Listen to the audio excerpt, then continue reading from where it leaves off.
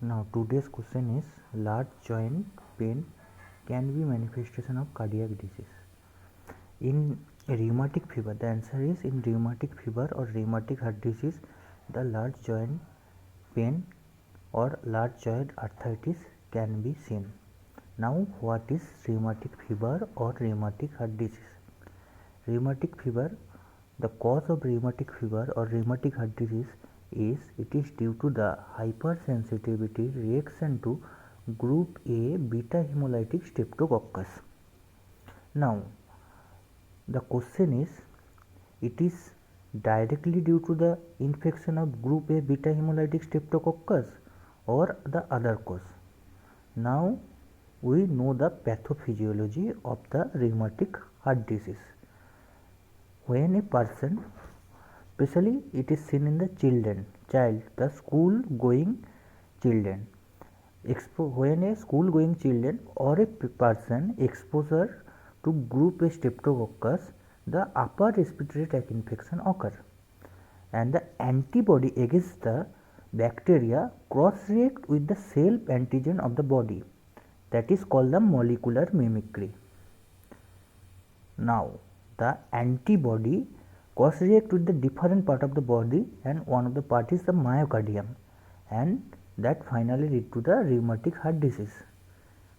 Now in which antigen the antibody cross react?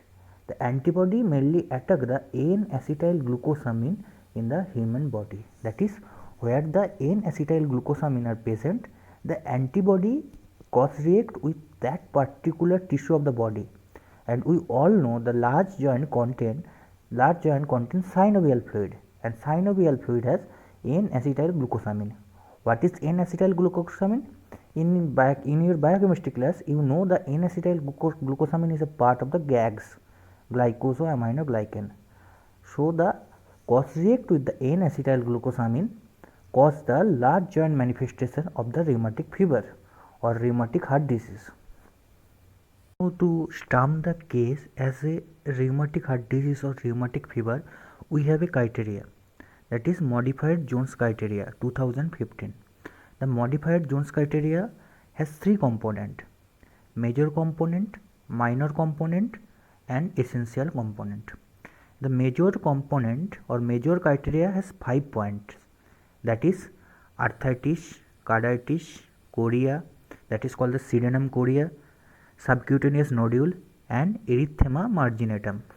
Now the arthritis component is very important because it is the most common presentation and it is the earliest presentation of the rheumatic heart disease or rheumatic fever.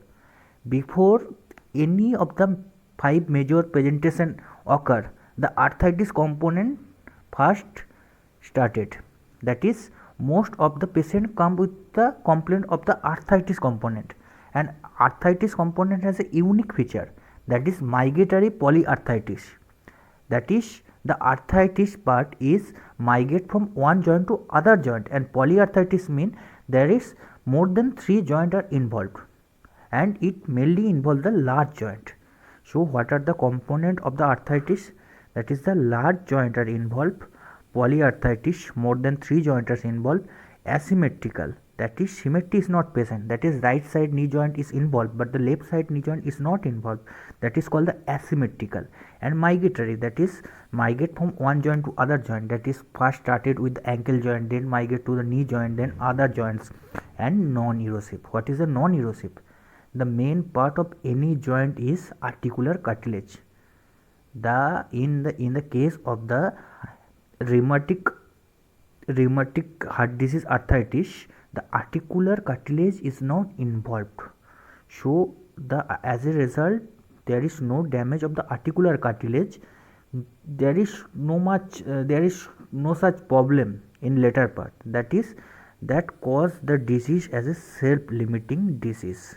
So over the period the disease resolves spontaneously, and you may prescribe some NSAID group of drug to relieve pain.